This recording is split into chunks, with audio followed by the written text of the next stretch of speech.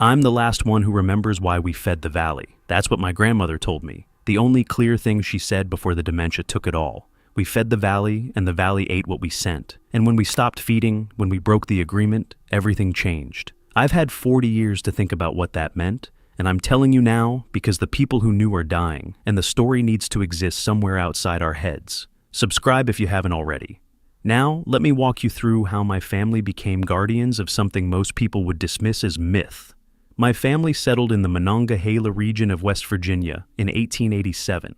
My great-great-grandfather was named Thomas Caldwell, and he came from Pennsylvania coal country, Namaquelan, following work that dried up when the seams got played out. The coal industry in Namaquelan had been brutal and exhausting. Thomas had worked those mines from age 14, descending into the earth before dawn and emerging long after the sun had set, his lungs gradually filling with dust that no amount of coughing could clear. He had watched men older than him develop the miner's consumption, the persistent cough that would eventually destroy them. He had seen cave-ins that killed quickly and mercifully, and he had seen slower deaths from gas poisoning or accidents that left men permanently disabled. The companies paid just enough to keep men desperate enough to return, but not enough to save anything substantial. When the bituminous seams began to run shallow, and the companies started consolidating operations, moving their equipment south and west, Thomas understood that his time in that particular hell was ending. He was 32 years old, still strong, still capable. He had a wife, Marie, and 3 children, including his youngest, Viola. They had nothing to lose by attempting something different. He bought land in the Upper Valley, 80 acres of hemlock and oak and creek bottom, paid in currency that was probably slightly false, but nobody was checking too close back then. My family worked that land for 5 generations, logging when the timber was good enough, subsistence farming in between, hunting when hunting was allowed, and also when it wasn't, because people needed to eat and the law enforcement in Fayette County was thin on the ground and generally sympathetic to hunger as a motive. The Book of Enoch came into our family through my great-grandmother, Viola, in 1923. It was a specific edition, the appendix version, with the complete text of the Book of the Watchers. She didn't have any formal education past the 6th grade, but she could read, and she read that book like it was the county assessment of her property. She underlined passages, made notes in the margins. The book is still in my house. I can look at her handwriting and see what mattered to her. Passages about the Watchers descending to Mount Hermon. The sections describing beings that came to Earth to watch humanity. The part about hybrid offspring, beings that were neither purely celestial nor purely human. She had marked every reference, and in the back cover, in careful script, she had written a single date, 1918. No explanation, no context, just a year. My grandfather, Thomas William Caldwell, was born in 1920. He was Viola's youngest child, and he grew up reading over her shoulder, absorbing the text the way children do, by osmosis and repetition. He had the kind of mind that grabbed hold of ideas and never let them loose. He became obsessed with the Monongahela River Valley and its history, not the industrial history that everyone knew, but the deeper history, the indigenous history, the pre-colonial patterns of settlement and belief. He wrote in journals, and he collected maps, and he interviewed old people in the valley who still remembered stories their grandparents had told them, stories about the forest that predated European settlement.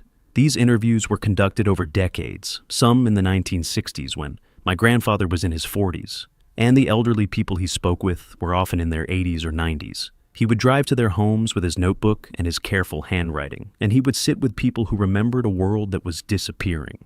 Many of them were wary initially. They had been taught as children that you did not speak about the creatures in the forest. You acknowledged their existence through action, through offerings and respect and careful boundaries. But you did not put the knowledge into words. My grandfather, though, was patient. He was family, or had family connections.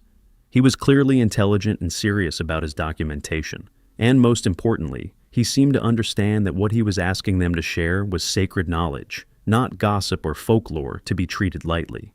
Over time, people opened up. They shared accounts their parents had told them. They described sighting locations and seasonal patterns.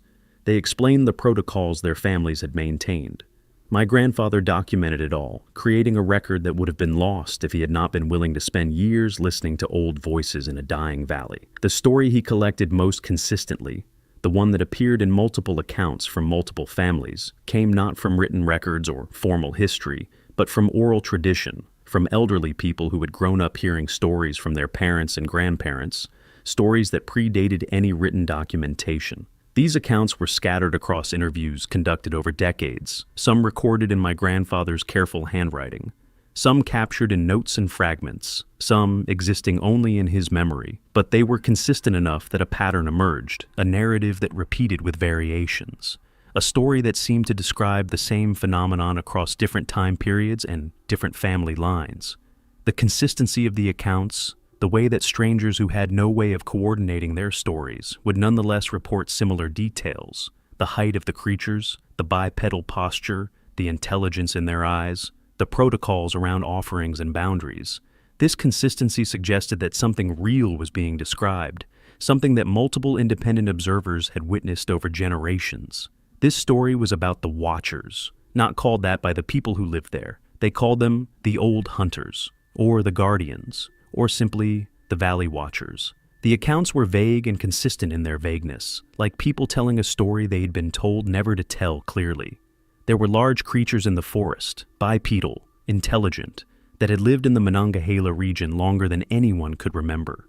They appeared rarely, and only at certain times of year. They were not hostile unless you violated specific protocols. There was an arrangement, unspoken but understood, by families who had lived in that valley for generations. You left offerings at specific locations, usually at the tree line where the forest transitioned from inhabited land to deep wilderness. The offerings were portions of your hunt, or grain, or meat from livestock. You left them, and you did not watch to see what took them. If you followed the protocol, the creatures would not bother your property or your livestock. If you violated the protocol, if you hunted too close to their territory or deliberately tried to observe them, there were consequences. My grandfather spent years documenting this. He talked to families, wrote down the locations of offering sites, mapped the territories where the creatures were most frequently reported. He eventually compiled this into a manuscript, probably 200 pages of documented accounts, maps, drawings based on witness descriptions. The manuscript was never published. It lived in a box in our basement for 60 years. I found it after he died in 1989. By all accounts, my grandfather was not a superstitious man. He was practical, analytical, the type who understood evidence and followed it where it led. But the evidence he gathered led him to a conclusion that I still struggle to articulate clearly. He believed that the creatures in the Monongahela Valley were the Watchers. Not metaphorical, not legendary, but actual descendants of the beings described in the Book of Enoch, that they had remained in that region for millennia, that they had established protocols with human populations, and that those protocols had held for as long as both species maintained their side of the agreement. My grandmother, Catherine, married my grandfather in 1945. She was not a believer in his work initially, but she became one, not through intellectual conversion, but through direct experience. It happened in 1952. She was pregnant with my mother, alone at the house for the afternoon, while my grandfather was working a seasonal job at the timber mill. She heard something outside, large, moving through the hemlock stand that bordered the north property line. She was frightened naturally, and she got my grandfather's rifle from the rack. She had trained on it. She understood firearms. She went outside and she saw it. By her description, it was standing at the tree line, perhaps 70 yards away. 7.5 feet tall, covered in dark brown and black hair. The face was wrong. Not quite wolf. Not anything she could reconcile with her knowledge of animals. It stood upright, weight on hind legs, arms at its sides. It was looking at her, and the quality of its attention was not predatory. It was interested, almost curious. She raised the rifle. My grandfather had taught her that you shoot if you feel threatened, don't hesitate. But something stopped her. It was not a conscious decision. My grandmother later described it as a kind of knowledge that existed underneath thought, a resonance that moved from the creature to her through something that was not language or telepathy, but operated in the space where those things might exist. She felt the creature regard, which was not hostile. There was no predatory electricity in that attention. Instead, there was something almost like curiosity, a taking of measure that suggested the creature was assessing not whether she was prey, but whether she was a threat. She understood, with a clarity that had no rational foundation, that if she pulled the trigger, something catastrophic would happen. Not just to her, but to her family, to her property, to everything her grandfather had worked to establish. The knowledge was not delivered as words or images. It was felt as certainty in her body, a conviction that gripped her with the same force as physical pain. She said later that she felt the creature's regard, felt it taking the measure of her, assessing whether she was a threat or simply defending her territory the way any animal would. She lowered the rifle. The creature watched her for perhaps a minute. Then it turned and walked back into the forest. That night, my grandmother found something at the edge of the property, just inside the tree line where the creature had stood. A deer carcass, fresh, still warm. It had been killed recently, cleanly, with what looked like a single strike. No other marks on it, no tearing or mauling. It was gift, she said, not a threat, a message. I see you, and you did not shoot. Now, accept this and remember. My grandfather went to the location. He photographed the carcass before they dressed it out, before the meat could be butchered and used. He made notes. The kill was so clean, so precise, that it suggested intent and skill far beyond what a wild animal would possess. Whoever or whatever had killed the deer had done so not out of hunger, but out of communication. My grandfather added it to his manuscript. It became perhaps the most significant documented account in the collection. After that incident, my family became deliberate participants in the offering protocol. My grandfather established regular drop sites at the tree line. Every 2 weeks, my grandmother and later my mother would leave portions of venison, elk when we had it, or grain in times when game was scarce. They left it at sunset, and it was always gone by morning. My grandfather kept records. The consistency of the consumption, the lack of waste or scattering, the way the offerings disappeared within a specific time window, all of it suggested intelligence and organization. My mother grew up with this as her baseline normal. She accepted the watchers the way she accepted deer or the river. For her, the creatures were not mysterious or threatening. They were simply part of the valley ecology. She knew where the offering sites were. She knew the protocols. She understood that certain areas of the forest were the watchers' territory, and you did not hunt there or move through them unnecessarily. She knew that if you violated the protocol, there would be consequences. But she also knew that if you maintained your side of the agreement, you would be protected. Your livestock would not be killed. Your family would not be harmed. The forest would remain in balance.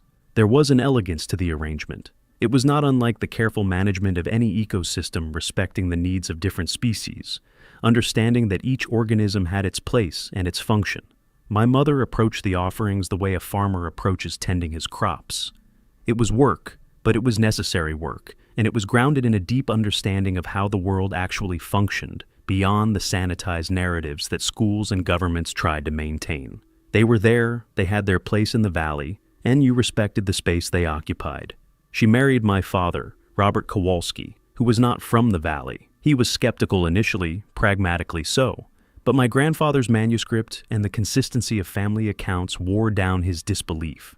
By the time I was born in 1978, the family protocol was established and unquestioned. My childhood was spent in a valley where we fed the creatures that lived in the forest. It was simply what we did. Every second Sunday, after church, my mother and I would drive to the property.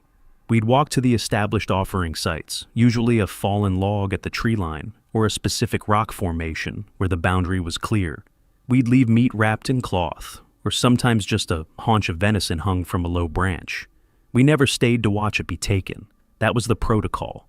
You made the offering, and you left. The taking of the gift was not for human eyes.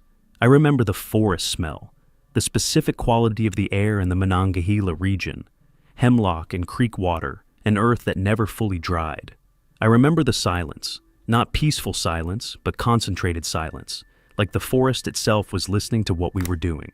My mother would make the offering, and we would turn and walk back to the car without looking behind us. She taught me the same thing her mother had taught her. You don't look back. That's the first rule. I was 12 when I broke the first rule.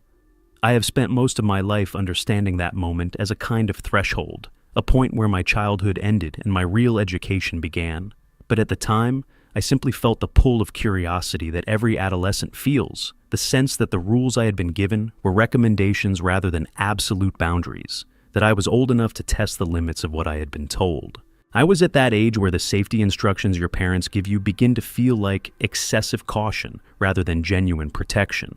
Looking back, I realized that my breaking of protocol was probably inevitable. I was entering adolescence, which is a time when humans are supposed to challenge authority and test their independence. The Watchers, in their sophisticated understanding of human development, probably anticipated this. They prepared for it. They understood that at some point, the young human in the family would violate the protocol, and they were ready for that violation with a response that was neither hostile nor forgiving, but educational. It was a Sunday offering day. My mother had brought meat from the previous week's hunt, venison from a doe my father had taken out of season, which was how most of our hunting worked. We walked to the site, left the offering on the flat stone, and turned to walk back. I was at that age where rules began to seem like recommendations, where my sense of curiosity overcame the guidance I'd been given my whole life. I waited until my mother was a few paces ahead, and I turned around. There was a creature standing 10 yards from the offering stone. It had not been there a moment before. It simply manifested from the shadows between the trees the way they apparently could. This one was smaller than the description of the one my grandmother had seen, perhaps 6 feet tall, younger looking in the way animals read as younger, less massive through the shoulders. It was looking at me directly, and the quality of its attention was precisely what my mother had warned me against. A focusing of intelligence, a taking of notice that I understood on some primal level I was not supposed to invite. We looked at each other for 5 or 6 seconds. The creature made a sound, a low subsonic rumble that I felt in my sternum more than heard with my ears. Then it turned its head toward my mother, who had realized I'd stopped and turned around. For a moment, I thought the creature was going to advance toward her, but it didn't. It returned its attention to me. It made another sound, this one slightly different in the pitch and resonance, and then it picked up the offering meat in one fluid motion and withdrew back into the forest. My mother grabbed me and pulled me back to the car so quickly, I remember my feet barely touching the ground. She didn't speak to me until we were home. Then she and my father had an extended conversation in the kitchen, voices low, consulting my grandfather's manuscript, looking at old photographs and notes. My grandfather was still alive then, living in a cottage on the edge of the property. My father went to talk to him. That night, my father explained what had happened. The creature that had manifested was what my grandfather called a young watcher, probably in what would be considered an adolescent phase. My father's explanation was delivered carefully, as though he was translating something very complex into terms I could understand. He told me that the creatures went through developmental stages like humans did. They had juveniles that were dependent on their parents. They had adolescents that were learning independence and testing boundaries. They had adults in their prime, and they had elders. The creature that had confronted me was probably in the equivalent of my own age group, which explained why the encounter had happened at all. My grandfather would later add that the Watchers probably deliberately sent a younger creature to interact with me, because a fully adult, fully established male might have been more inclined to respond to the protocol violation with violence. Instead, they used the encounter as an opportunity to teach me. The creature was assessing whether I was a threat or whether I was someone who could learn. When it determined that I was merely curious and foolish rather than genuinely dangerous, it delivered a subtle message. I had been close enough to die. The next time I broke protocol, I might not be so fortunate. But there was no anger in that message. There was only clarity and a kind of patient instruction. My direct eye contact had registered, and the creature had been assessing whether I was a threat or whether I represented a new entry into the family that maintained the protocol. The fact that it had not attacked, had simply taken the offering and left, was a positive sign, but it was also a warning. The creature had been close enough to kill me if it had chosen to. My breaking of protocol had put me in genuine danger. My grandfather added something important, though. He said that the Watcher had looked at my mother at the moment of leaving, had verified that she was responsible for me, had registered that relationship, and had departed. That was not standard predator behavior. A predator would have seen an opportunity or assessed a threat. The creature had done a calculation more sophisticated than that. It had made a social assessment, determined the family hierarchy, and acted on that information. This was in 1990. My grandfather died a year later at 86. He had diabetes and heart disease, and the combination of them took him over the course of about 6 months. Before he died, he gave me the manuscript. He told me that I needed to understand what I'd inherited as the person in the family who had made direct contact. The Watchers knew my face now. That was a responsibility and a danger. He wanted me to have the documentation so that I would understand the history, the protocols, and the reasons they mattered. I was 13 years old. I didn't fully understand. I thought I was receiving a treasure map to something exotic. I didn't comprehend that I was being given a custodial responsibility over something that most people would dismiss as delusion. The protocol continued into my adulthood. It became a rhythm, a structure that organized my time and my attention. Every 2 weeks, like a religious observance, I would prepare the offering, and I would walk to the boundary, and I would leave my tribute to creatures that most of the world did not believe existed. I did this through my late teens, through my college years, through the early years of my marriage. I did this while building a career in technology, while living in cities and apartments, while attempting to maintain a life that would seem normal to the outside world. The offerings were my anchor, my constant point of reference, my private acknowledgement of the agreement that my family had made before I was born. They were also my insurance policy. I had been told, in subtle ways that I only fully understood years later, that the creatures remembered. They remembered who fed them and who did not. They remembered violations. They remembered kindness. And they would respond accordingly when the time came. My mother and I maintained the offering sites. I sometimes went alone, beginning in my late teens. The offerings continued to be taken with the same consistency, the same organization, the same absence of waste. Nothing else manifested, no additional direct contact. It became routine, almost meditative. I would walk into the forest, leave the meat, and return, and the valley would remain in its balance. In 1996, my mother married a different man. My father had died in a car accident in 1993, and my mother had eventually found another partner, a man named Walter Crane, who worked in road maintenance for Fayette County. Walter was not of the valley originally. He was skeptical of the offering protocol, more skeptical than my father had been. He was kind to my mother, and he tried to be respectful of family tradition, but he made it clear that he didn't believe in what he called the native folklore. He participated, but without conviction. My mother maintained the protocol, even as Walter slowly distanced himself from it. By the early 2000s, the situation in the valley was changing. Logging companies had begun acquisition campaigns. The pressure was relentless and multifaceted. First came the surveyors, who arrived with their GPS units and their theodolites, marking out the geometry of the land in preparation for extraction. Then came the assessment teams, who conducted environmental reviews that were designed to identify which areas could be logged with minimum regulatory friction. Finally came the lawyers, acquiring options and leases from families who were aging and had no children interested in maintaining the land. Within 5 years, logging rights had been secured across thousands of acres. The operations, when they began, were massive in scale. Heavy equipment moved in, skidders and fellers and debarkers, machines designed to remove entire mature trees and convert them into lumber in minutes. The noise was constant, beginning at dawn and continuing until sunset. The ecological damage was immediate and visible. Clear-cutting removed not just the trees, but the entire understory of smaller plants and the topsoil that held them. What had been forest floor became barren earth. The streams, once clear and cold, became turbid with sediment. Game populations that depended on the old-growth forest either moved deeper into the remaining wild areas or died as their habitat disappeared. I watched this happen from a distance, reading about it in local news reports, hearing about it from my mother and phone calls that grew increasingly worried, but I did not return. I did not try to stop it. I was living my life in Pittsburgh, building my career, believing that the valley was beyond my concern or my capacity to influence. I was wrong about that on multiple levels. Land that had been in the same families for over a century was being purchased or leased. Trucks were moving into the upper valley. The forest was being cleared in sections, and the work was brutal and efficient. What had been hemlock old growth was becoming barren land marked for regrowth. The creature populations had no need to tolerate human encroachment if the humans were destroying the forest. In 2003, my mother's house was damaged. She woke to the sound of something large on the roof. When she turned on the porch light, she saw one of the creatures standing on the peak of the house, absolutely still. It was not attacking. It was standing there looking down at her through the light. She called my father, who called me, and I came over. By the time I arrived, the creature was gone, but it had left the marks on the roof, deep gouges in the wood shingles from its claws. The message was clear. The logging was becoming unacceptable.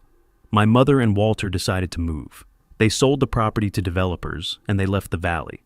I was married by then to a woman named Jennifer, and we had moved to Pittsburgh, and I had established a career in database administration. I visited my mother, but I no longer maintained the offering protocol. The land was sold. The responsibility had ended, or so I thought. The logging in the upper Monongahela continued until 2005. I watched it happen through news reports and conversations with family members. The clear-cutting had been particularly brutal in the section of forest that abutted my family's original property. 100-year-old hemlock had been reduced to stumps in a matter of months. The ecological damage was immediate and visible to anyone who had known the region before the logging. Streams that had been clear had become turbid with silt. Game populations had been disrupted or relocated. The very character of the forest had changed from an ecosystem that had operated in relative stability for generations into a wounded territory that would take decades to recover. I found myself oscillating between anger and resignation. Anger at the destruction, at the violation of something that had existed beyond human ownership or use. Resignation to the reality that, in the modern world, resource extraction happened regardless of ecological cost, that there was no way to stop it through legal channels or persuasion. The only entities capable of stopping it were the creatures themselves, the intelligence that existed in the forest and understood its value in ways that spreadsheets and quarterly reports never could. Then it stopped abruptly. There were no official announcements, no explanation in the local news. The logging companies simply ceased operations and moved their equipment out. The land they'd cleared was left to regrow. Nobody seemed to know why the logging had stopped. The companies just pulled out. I didn't make the connection immediately. It took my mother mentioning something in passing. She said that she'd heard from an old neighbor that several of the logging crew had quit, that they'd cited animal attacks, large creatures in the forest, and an unsafe working environment. The companies had decided that the risk wasn't worth the profit margin, and they'd exited the valley. The creatures had driven them out.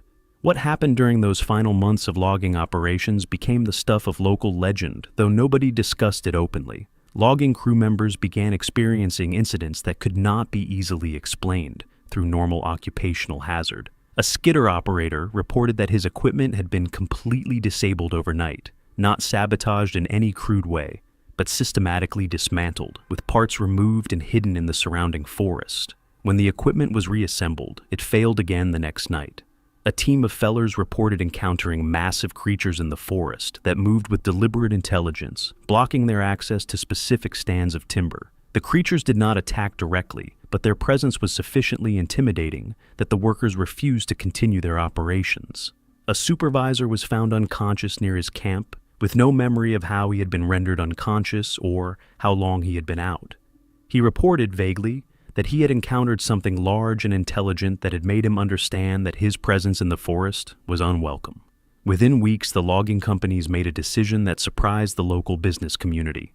They terminated their operations. They claimed that the operations had become economically unfeasible due to unexplained equipment failures and safety concerns. They did not mention the creatures. They did not acknowledge that there was intelligence in the forest capable of defending its territory. They simply withdrew. The land that had been cleared was left to regrow. The forests that had been marked for logging were spared, and the watchers had made their point without ever revealing themselves fully to human authority structures. This was the point at which things escalated beyond the family protocol into larger patterns. The watchers were no longer content to accept offerings and remain separate. They were asserting their territory actively, forcing human retreat. And the mechanisms by which they were doing this were beginning to involve incidents that couldn't be completely hidden or explained away by logging company management. I returned to the valley for the first time in years, in 2006. I told Jennifer I needed to visit my family. I didn't explain the full context. I drove to the property where I'd grown up. The house was still standing, occupied by the new owners, but the offering sites were still visible, still maintained by the forest in the way that land does when no one is actively changing it. I walked to the tree line. The hemlock stand was recovering, the old growth returning after decades of being suppressed by logging and property development. I stood at the boundary and I said, aloud, something I had been thinking for years. I said that the protocol had been broken, the offerings had stopped, the agreement was no longer being honored by my family. I said that I was sorry, that I understood the violation, and that I was there to listen if there was a message. I stood there for perhaps 5 minutes. The forest was completely silent. Then something moved at the edge of my vision, and when I turned, There was a creature at the tree line 20 yards away. This one was massive, clearly adult, probably around 8 feet tall, heavy through the shoulders. It was darker than the one I'd seen as a child, almost black in the fur. It was looking at me with an intensity that made my skin crawl, and I understood that this was a serious confrontation, a reckoning, not a casual observation. The creature made a sound, deep and resonant, and it took 2 steps toward me. In those 2 steps I saw all the power and precision that the creature possessed. Its movement was not lumbering or clumsy. It moved with complete control, each muscle aligned for maximum efficiency. The gait was vaguely lupine but upright, a kind of confident stride that suggested someone who had walked this land for millennia, who knew every stone and stream, who moved through the forest the way a person moves through their own home. I understood, in that moment, what my grandmother must have felt when she saw the creature at her property line. The animal was not simply large or powerful.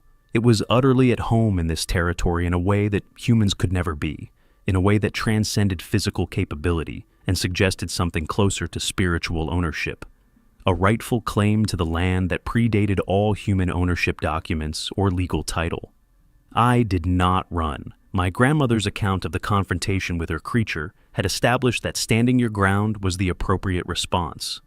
I raised my hands to show I was not armed and not threatening. The creature stopped.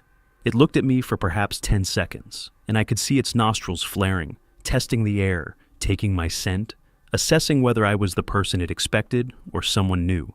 Then it made another sound, a different vocalization, and a second creature emerged from the forest beside it. This one was smaller, perhaps 6.5 feet, built more lightly, and it was moving with a kind of deference toward the larger creature, positioning itself slightly behind and to one side, a subordinate or a juvenile. The large creature looked at me once more. It backed away slowly, never breaking eye contact, until the trees obscured it from view. The second creature followed. I stood there until my hands stopped shaking. Then I drove back to Pittsburgh, and I spent the next 3 weeks researching the Book of Enoch more deeply than I ever had. My grandfather had been correct.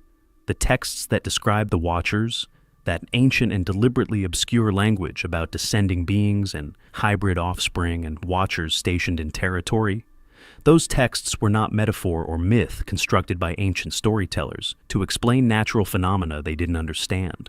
They were documentation, historical record, attempts by people living in ancient times to capture something they had witnessed and could not categorize within their existing frameworks of understanding. The Watchers were real. They had moved through human history alongside us, maintaining territories, making agreements with specific human populations, sometimes intervening, sometimes simply observing. The Book of Enoch had tried to preserve that knowledge, to create a record that would survive into future generations. And my family, through my great-grandmother's reading and documentation, had unconsciously become keepers of that same knowledge in a contemporary context. The book, specifically the Book of the Watchers, describes beings that descended to Earth, that took human form or appeared in forms that mimicked natural creatures, that established relationships with human populations, and that taught humanity forbidden knowledge. The text describes breeding programs, the creation of hybrid offspring, the establishment of territories and agreements with human families. It reads, in places, like a diplomatic correspondence conducted across species boundaries. The key passages that my grandfather had highlighted dealt with the concept of the Watchers as guardians and observers. They were not invaders or conquerors. They were overseers, beings that had chosen a specific territory and had established protocols with human inhabitants to maintain balance and order. The text described them as Watchers because that was their primary function. They observed, they intervened when necessary, and they maintained boundaries. My great-grandmother had marked the year 1918 in the back of the book. I began to wonder what had happened in 1918 in the Monongahela Valley. I contacted local historical societies. I obtained newspaper archives from the time period, and I found an article from June 1918 in a Fayetteville newspaper that mentioned an incident in the Upper Valley. A hunter had been killed by what was described as an attack by an unknown animal. The description was vague, probably deliberately so, but it mentioned large claws and unusual brutality. The incident had been investigated by county authorities, but no conclusion had been reached. The case had been closed as an animal attack involving a bear, though the description didn't perfectly match known bear behavior. My great-grandmother had recorded the year. She had marked it in the book as significant. I believe that 1918 was the year when the protocol began, when a specific family, perhaps her family directly, had made an agreement with the creatures in the forest. She had written the date, she had read the Book of Enoch obsessively, and she had passed both the knowledge and the text to her son, my grandfather, who had spent his life documenting and maintaining the agreement. The question that I couldn't resolve was why. Why had the creatures chosen to enter into a protocol with humans? Why had they established the offering system? What was the purpose of the arrangement? My grandfather's manuscript contained one passage that addressed this, though obliquely. He had written, "The Watchers understand scarcity and abundance." When they agreed to the protocol, they were establishing a mechanism by which human populations would contribute to their sustenance without requiring direct predation. The offerings are not only food, they are payment for the Watchers' restraint, for their agreement not to hunt human livestock or human beings, for their acceptance of boundaries in a territory they inhabited before humans arrived. It is an exchange. Humans provide and Watchers tolerate. As long as the exchange continues, the agreement holds. My grandfather had also written something that haunted me. If the exchange is broken, if humans cease to provide, then the Watchers revert to the ancient contract. They become what they were before the protocol, before the offerings, before the agreement. They become the hunters again. The logging companies had never made offerings. They had treated the forest as a resource to be extracted. They had violated the protocol by simple ignorance of its existence. And the Watchers had responded by making the logging unsafe, by injuring workers, by forcing the companies to withdraw. The creatures had reasserted their dominance over their territory when humans tried to appropriate it without acknowledgement or exchange. This was the moment when I understood that I carried a responsibility I had not asked for and did not know how to discharge. My family had participated in the protocol for roughly a century. We had maintained offerings, respected boundaries, and existed in a negotiated peace with creatures that most people would dismiss as myths. By moving away, by discontinuing the offerings, by attempting to leave the valley and resume a normal life, I had participated in breaking the agreement. The creatures were no longer content with small offerings left at the forest boundary. They were asserting control through fear and direct intervention. And I was the person in my family who had made direct eye contact with them. They knew my face. They knew my bloodline. And they were waiting for me to acknowledge the responsibility and resume the protocol. I returned to the valley in 2007, and I never left. Jennifer and I had been married for 6 years at that point. We didn't have children. She was a nurse working at a hospital in Pittsburgh, and she was building a career that was independent of my employment. When I told her that I needed to move back to the family property to manage it and honor ancestral obligations, she was supportive but increasingly confused about the specifics. I couldn't tell her the full truth. How do you explain to someone who was raised outside the valley that you've inherited a responsibility to feed creatures that live in the forest? How do you make that sound rational? She compromised by staying in Pittsburgh and maintaining her job. We saw each other on weekends when I could make the drive. By 2008, I was spending most nights at the property, and most of my days working on what I told her was property restoration and family archival research. Technically, both were true. I was working on the house, reinforcing it after years of neglect. I was also conducting research, studying my grandfather's manuscript more deeply, interviewing family members who were still alive, and most importantly, resuming the offering protocol. The first offering I made after my return was in late August 2007. I had obtained venison from a local hunter, someone whose family had known mine for generations and who understood without explanation what was needed. I prepared the meat carefully, wrapped it in cloth the way my mother had taught me, and I left it at the primary offering site at sunset. I made the offering, and I spoke aloud while doing it. I said that the protocol was being resumed. I said that I acknowledged the violation that had occurred when the offerings had stopped. I said that the agreement was important to me and to my family's legacy. I left, and I did not look back. The offering was gone by dawn. That consistency, that regularity, was immediately reestablished. Every 2 weeks for the next 14 months, I made offerings at the established sites. The provisions were taken with the same punctuality, the same absence of waste.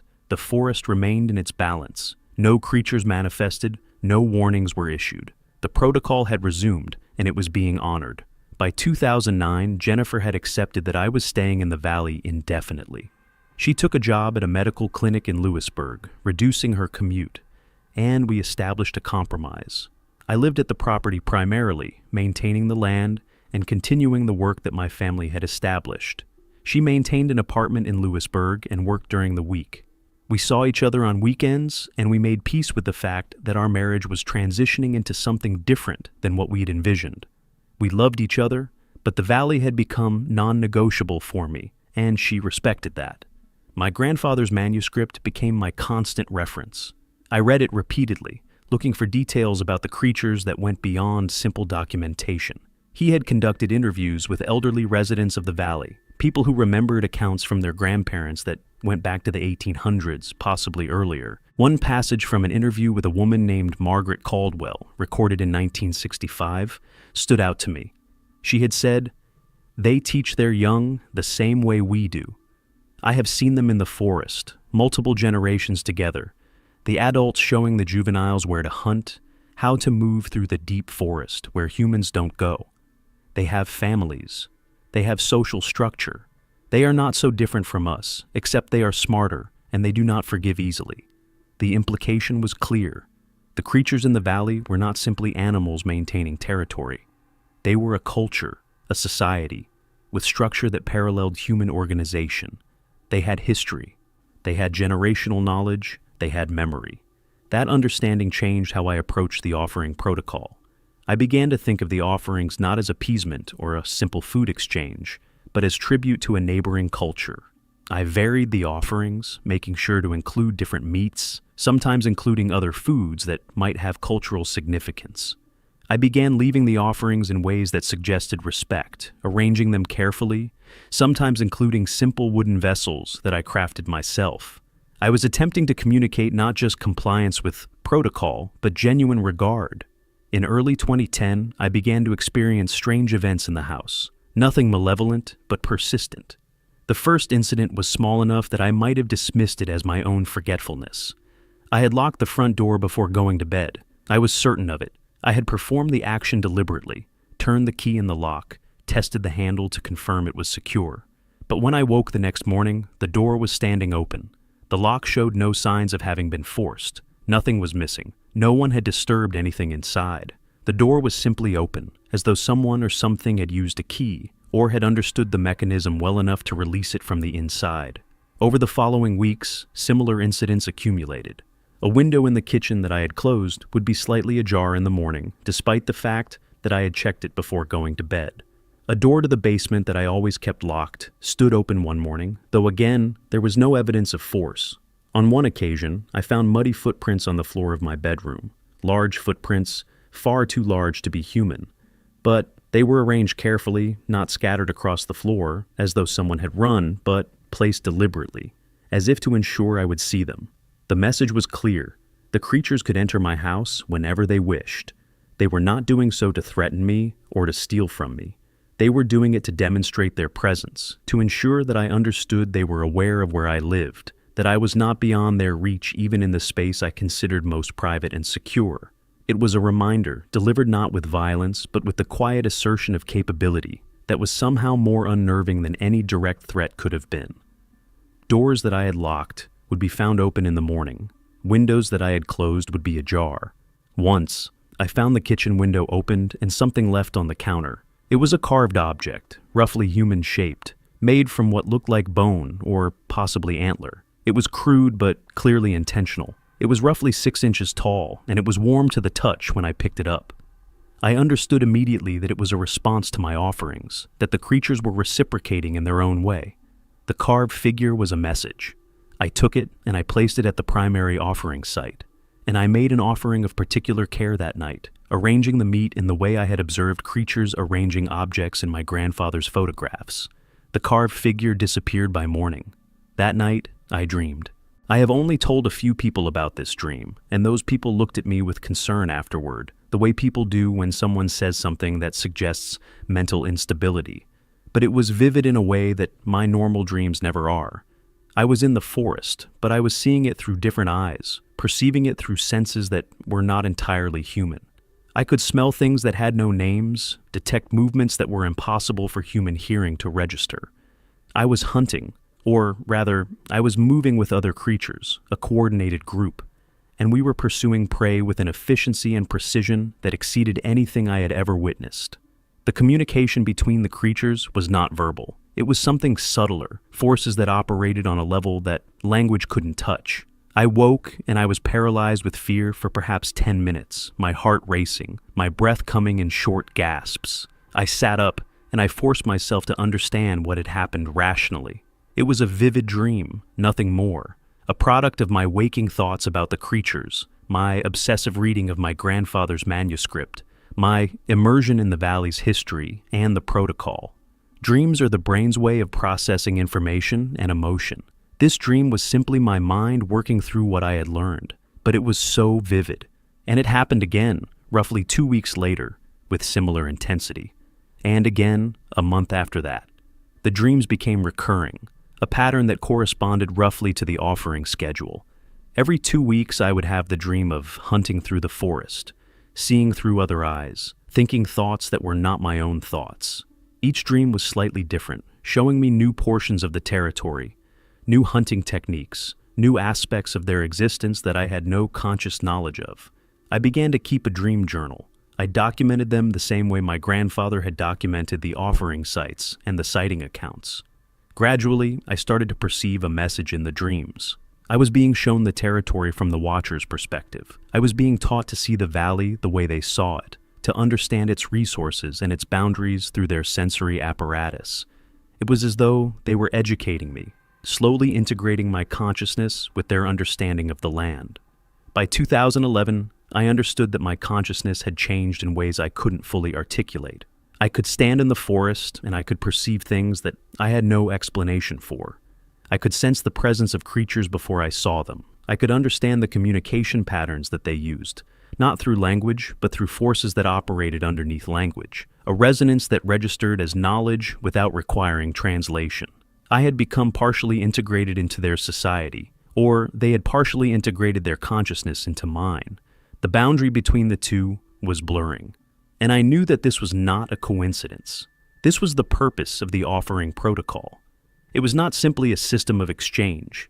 It was a mechanism for creating connection across species, for establishing understanding that transcended the normal barriers between human and animal consciousness. My mother had become increasingly concerned about my mental state. I was maintaining a reasonable facade, continuing to work, continuing to be available on weekends. But she was perceptive enough to understand that something fundamental had shifted. She suggested carefully that perhaps I should consider speaking with a psychiatrist, just to process some of the stress that I was carrying. She didn't know that the stress was not psychological instability, but the burden of straddling two forms of consciousness simultaneously. Jennifer had already suggested therapy. She was concerned that I had become withdrawn, that I was spending most of my time alone at the property, that my communication was becoming increasingly oblique. I told her that I was fine, that the work was demanding, that I would improve if I just had time. I was lying. I was not fine. I was becoming something other than what I had been, and I was not entirely sure that I wanted to return to being simply human. In 2012, I began to see the creatures regularly, not manifesting specifically for me, but simply going about their activities.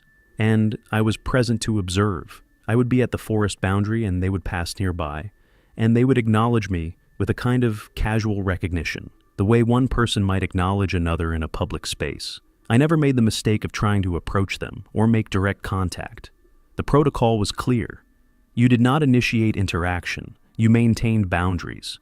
But the creatures were clearly aware of my presence, and they were no longer treating it as unusual or threatening.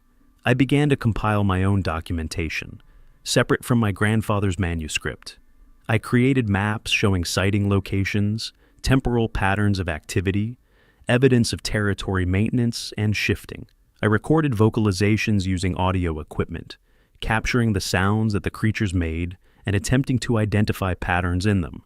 I noted seasonal variations in their behavior, understanding how they moved through the territory based on game availability and mating patterns. By 2013, I had sufficient documentation to understand the population structure. I had filled 3 large notebooks with observations, maps, sketches based on sightings, and analysis of behavioral patterns. I had recorded approximately 40 hours of vocalizations on audio equipment, and I had attempted to identify repeating patterns that might constitute a language, or at least a systematic communication system. What emerged from my analysis was a picture of a society far more complex than I had anticipated.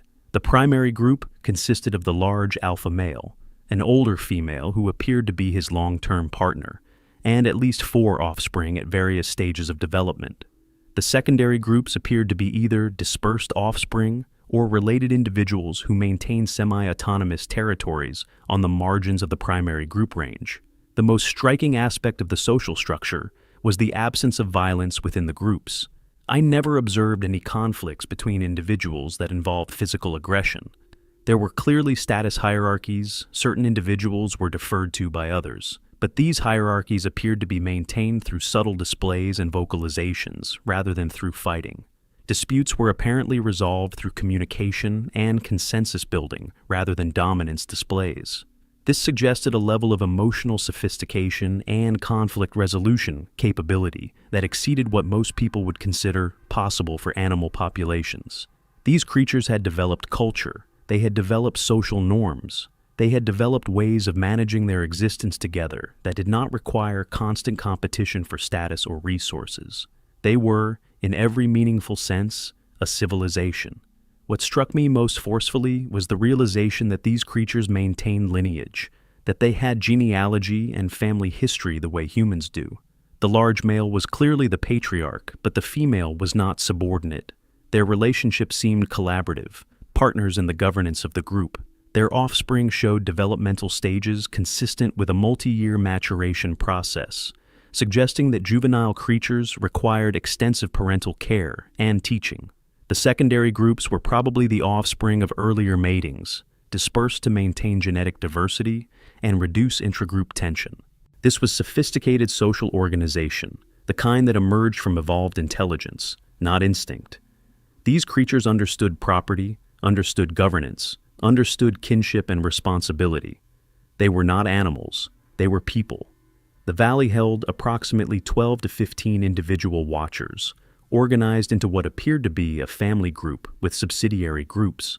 The primary group consisted of the large male I had encountered in 2006, a female of similar size, and several offspring at various life stages.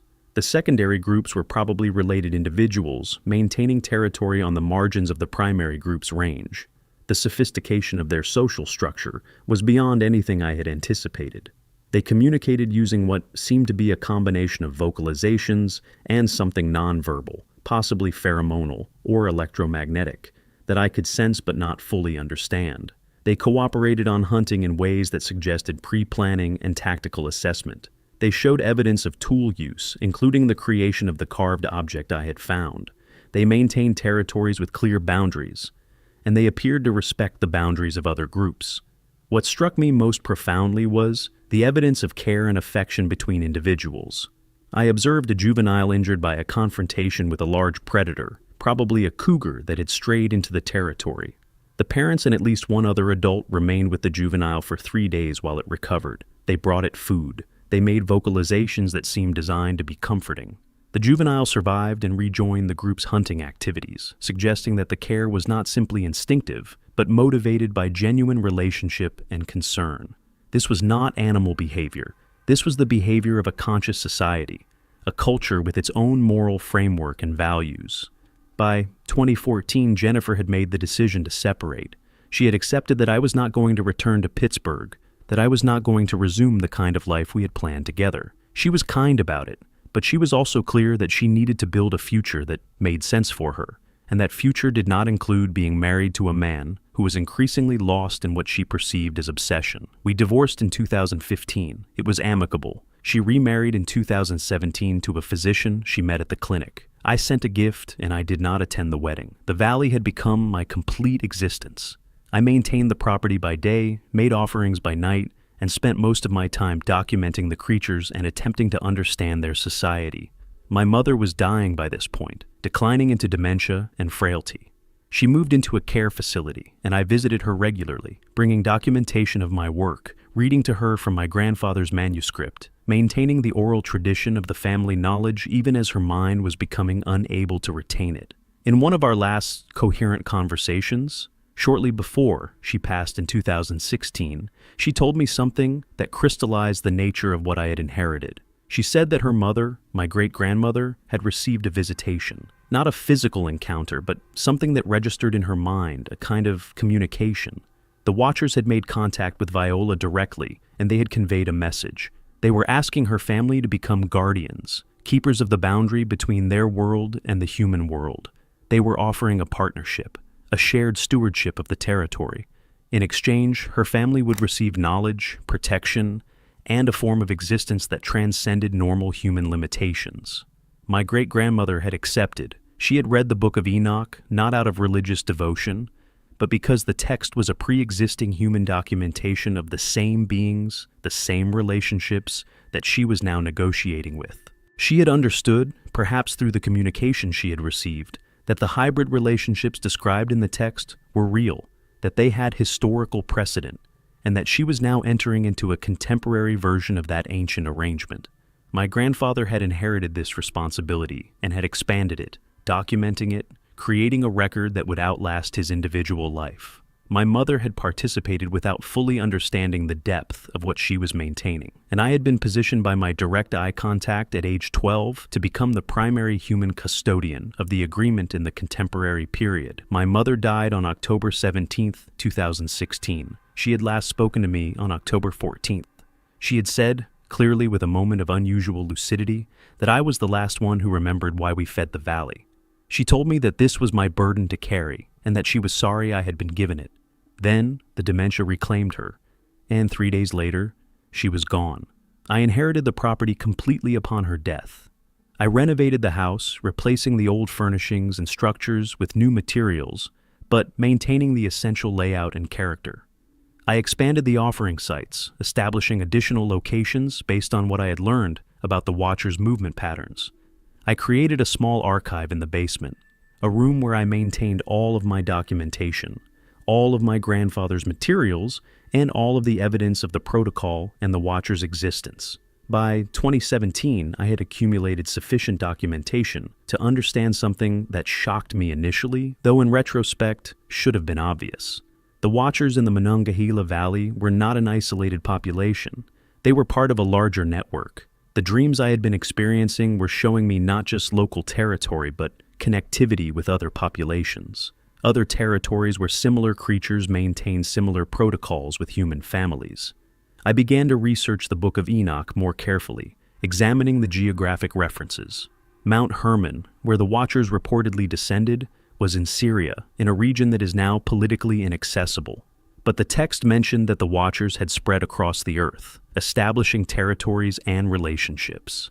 It was possible, even probable, that the beings in the Monongahela Valley were part of a diaspora, one arm of a global population that had learned to coexist with humans through protocols of exchange and mutual respect. I attempted to reach out to other families that I believed had similar arrangements. I contacted elderly residents of the valley, people whose lineages went back several generations. Most would not acknowledge anything, but a few, reading between the lines, would confirm that their families had maintained certain traditions, left certain offerings at the forest boundary, and had achieved a kind of peace with the land and whatever inhabited it. One man, in his 90s, finally told me directly that his great-grandfather had killed a creature in the late 1800s when he didn't understand the protocol. The creature's companions had destroyed his livestock, burned his barn, and driven him from the valley. The family had not returned for 3 generations. When his grandfather had eventually come back and resumed the offerings, the creatures had accepted him, but the incident was never forgotten. This suggested that the protocol was not solely a relationship of exchange. It was also a relationship of accountability. Violations had consequences. The creatures had memory. They maintained justice according to their own moral framework, which included compensation and retribution in proportion to the offense. By 2018, I had made a decision that I knew would seem insane to almost everyone in the outside world. I was going to attempt direct communication with the primary group, Not merely observation and offering, but actual dialogue. I believed that I had been sufficiently integrated into their consciousness through the dreams and my presence in their territory that such communication might be possible. I spent 3 months preparing. I reviewed all of my documentation. I studied the vocalizations, attempting to identify patterns that might constitute language. I meditated on the feelings that came through in the dreams, trying to distinguish genuine communication from projection of my own desires. I made offerings of particular significance, including a carved wooden object that I had created myself, based on my understanding of their aesthetic sense. On the summer solstice of 2018, at sunset, I walked to the primary offering site. I made the offering, as always, but this time I remained there. I sat on the ground at the boundary between my family's property and the deep forest, and I waited. The sun descended below the ridgeline. The forest became gray, then dark. I remained sitting, not moving, not speaking, simply being present. I had no expectation of what would happen. I simply knew that I needed to be there, vulnerable and open, showing that I was willing to risk encounter. Approximately 90 minutes after sunset, they appeared. The primary group, perhaps 8 individuals, emerged from the forest in a loose formation. They did not hide. They walked openly into the cleared land where the offering site was located. The large male came to the front, and he approached me directly. He stood perhaps 15 feet away, looking down at me, and he made a sound that was deeper and more resonant than any vocalization I had previously recorded. The sound was not words. It was not language as I understood it, but it carried meaning the way music carries meaning, through pattern and resonance and something that registered directly in consciousness. I understood it not through my ears, but through the part of my mind that had been in communion with them through the dreams. It was a greeting, a recognition of kinship, an acknowledgement that I was no longer simply human, but something other, something hybrid, something that belonged partially to both worlds. I responded by making a sound back, something that emerged from my throat without conscious thought, a vocalization that was partially human and partially something else. It was crude compared to their utterance, but it was recognized. The large male made another sound, and this time I caught something that approximated intention. I understood it as a question, posed in a way that could only be answered by allowing the connection that we had been building through dreams and offerings and presence to deepen. I understood what was being asked. The question being posed was not a simple binary choice. It was not as though they were asking me to choose between being human and being one of them. That framing would have been too crude for beings that clearly thought in much more sophisticated terms. What they were really asking was whether I was willing to partially transcend the boundary between species, to allow my consciousness to be permeable in ways that most humans never experienced. They were asking whether I was willing to undergo a process of integration that would make me something unprecedented in human history, a being with one foot firmly planted in the human world, the other crossing into their world, my consciousness capable of holding both perspectives simultaneously. The risk was genuine. There was every possibility that such integration could damage my human identity permanently. I might cease to be able to function in human society. I might lose the ability to experience human emotions or human social connections in the ways that defined my species. I might become something that could not return to being simply human, that could never again enjoy the comfort of existing entirely within the human framework of understanding and experience. Standing in the darkness, feeling the weight of that choice pressing down on me, I understood that my great-grandmother had faced the same question decades earlier. She had somehow accepted, had integrated herself partially into their world, had learned to exist in the space between. My grandfather had inherited that integration, had expanded on it, had created documentation that preserved the knowledge. My mother had carried it forward without fully understanding what she was maintaining, and now it was my turn to decide whether to accept what had been offered or to refuse and retreat back into purely human existence. The creatures were offering me a choice that no human had been offered in recorded history. They were asking whether I wanted to remain as a bridge, a translator, someone who could move between the human world and their world, but who remained fundamentally human, or whether I was willing to cross the boundary, to let the integrative process continue until the separation between my consciousness and theirs became permeable, until I could see through their senses and think through their frameworks the way they now saw through some part of my human perception. It was the kind of choice that the ancient texts had described, the kind that might have been offered to the humans who had relationships with the Watchers thousands of years ago. It was a choice to remain human, or to become something hybrid, something other. There was no third option. You could not negotiate with such forces. You could only accept or refuse. They were asking whether I wanted to remain partially human, maintaining the interface between our worlds, or whether I was ready to cross fully into their existence. I had spent most of my life being told that I needed to choose between the human world and my family's deeper responsibility to the Watchers. But standing in front of them in the darkness, feeling the resonance of their consciousness touching my own, I understood that the choice was not binary. I could exist as a bridge between the worlds. I could remain human enough to maintain the interface, to keep the knowledge, to document the arrangement for the next generation of my family. But I could also be deeper experiences. I answered them, not with words, but with acceptance. I projected the willingness to let the boundary between human and other dissolve partially, to allow the integration to proceed beyond what it had been. The large male approached closer. His breath was warm, and it carried the scent of the forest, something like predator and something like earth. He placed one massive hand on my shoulder, and when he touched me, I felt something shift in my consciousness. It was not painful. It was like a door opening, letting light and sound and sensation flood in from a side of existence that I had only glimpsed in dreams. I understood things in that moment. I understood the geography of the valley from their perspective, not as a mapped territory, but as a living network of resources, relationships, boundaries.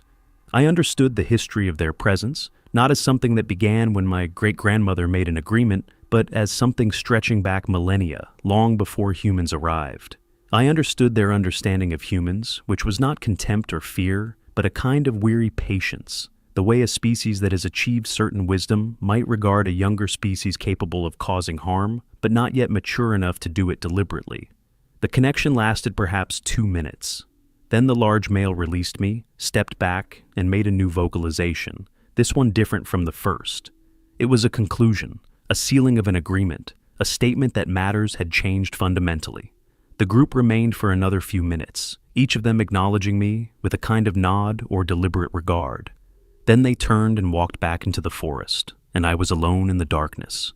I did not sleep that night. I sat on the porch of the house and I watched the forest, feeling the presence of the creatures still resonating in my consciousness, their awareness mixing with my own in a way that was neither comfortable nor entirely disturbing. By dawn, I had accepted it. The integration was beginning. I was no longer purely human, and I was no longer purely other. I was something in between, a hybrid consciousness just as the ancient texts had described. The years since have been a continuation of the work that my family began in 1918. I maintain the offerings. I document the creatures' activities. I have taught the protocol to the 2 younger members of our extended family, ensuring that the knowledge will persist beyond my individual life. I have expanded the archive, adding to the documentation that my grandfather began and that I have continued. The Watchers have accepted my hybrid status without particular comment. They treat me as they treat each other, as a member of their extended social group. I have participated in hunts, not actively, but present, observing, learning. I have witnessed their ceremonies, which are not unlike human rituals, marking seasons and significant events. I have come to understand that what my great-grandmother perceived as a supernatural arrangement was simply a negotiation between 2 conscious species, each with their own culture, each with their own values, each capable of recognizing the other's humanity in the deepest sense of that word. But I also understand something that my great-grandmother could not have known, or perhaps knew but did not record. The agreement was always fragile. It depended on humans maintaining their side of the bargain, on continuing the offerings, on respecting the boundaries. When humans stopped making those offerings, when they violated the protocol through logging and development, the creatures responded with force. And there is a limit to how many times the agreement can be violated before it breaks completely. The logging stopped, but the pressure from development continues. Property values in the valley are rising. People from outside want land, want resources, want to build structures and clear forest. The Watchers tolerate what I do, but they are increasingly intolerant of human encroachment more broadly. I have seen incidents that go beyond the creature's normal restraint. A hiker was killed 2 years ago, found in a ravine with injuries that were inconsistent with falling. The official investigation concluded that a predator had been involved, probably a mountain lion, though mountain lions have not been documented in the region. But I knew what had happened. The watchers had decided that the human was a threat to their territory, and they had responded with lethal force. This is the reality that my family has carried since 1918. We are not just maintaining a protocol, we are managing a relationship that could collapse into conflict at any moment. We are holding back creatures that are fully capable of defending their territory with violence, and we are doing it through the thin mechanism of offerings and acknowledgement and respect. I do not know how long this arrangement will hold. I am 52 years old. I have no children, no one to whom I can pass this responsibility with certainty. The other families that maintain the protocol are mostly gone, assimilated into the broader human society, their knowledge forgotten or dismissed as folklore. If the protocol fails, if the agreements break, if humans press harder into the valley, then something will happen that the Book of Enoch tried to describe in its ancient language. The Watchers will revert to what they were before the agreements. They will become the hunters again. They will remind humanity that there are territories on this earth where humans are not the apex predator, where intelligence and strength exist in forms that do not conform to human expectations, and where the right to exist is defended with absolute commitment. I am staying in the valley because I am the last one who remembers why we feed the land. I am maintaining the offerings because the alternative is violence and chaos that would echo far beyond this small region. I am documenting this now because I know that eventually, inevitably, the truth will need to exist outside the valley, outside the families that carry it. The world needs to know that we do not live alone, that there are intelligences sharing our world, that coexistence is possible, but only if it is maintained deliberately, with respect, with sacrifice. My great-grandmother knew this. She marked the year 1918 in her book because that was when she made the decision to build the bridge between worlds. She died never knowing whether her choice had been right or wrong. My grandfather dedicated his life to documenting the arrangement, creating a record that would be believed eventually by someone. My mother participated without fully understanding, but she understood enough to maintain the protocol, to ensure that the offerings continued, that the agreement held. I carry the same responsibility now. I make the offerings, I maintain the boundaries, I keep the knowledge alive, and I remain in the valley because leaving would mean abandonment, and abandonment would mean the protocol would fail, and if the protocol fails, then the Watchers will remind the world that humanity is not master of this planet, merely a tenant allowed to exist at sufferance. I am the last one who remembers why we feed the valley. I am also the last one, perhaps, who understands what it means to fail to feed it. This is what I know. This is what I have seen. This is what I am asking you to believe.